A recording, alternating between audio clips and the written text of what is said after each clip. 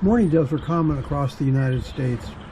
They have a mournful call, which is why they're called mourning doves. And you can hear that call prominently in the background of this video. And their diet is primarily seeds, and especially those of grasses and weeds.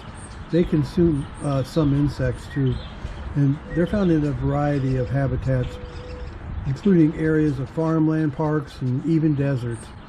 They build simple nests of twigs or trees and shrubs or on the ground, and we've even seen them build a nest on a stepladder leaning up against the garage here at our house.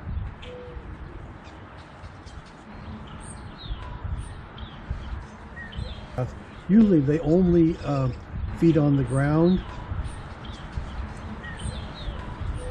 They have like little hollow bones in their wings, and when they land you can hear those bones. It sounds like a little whistle.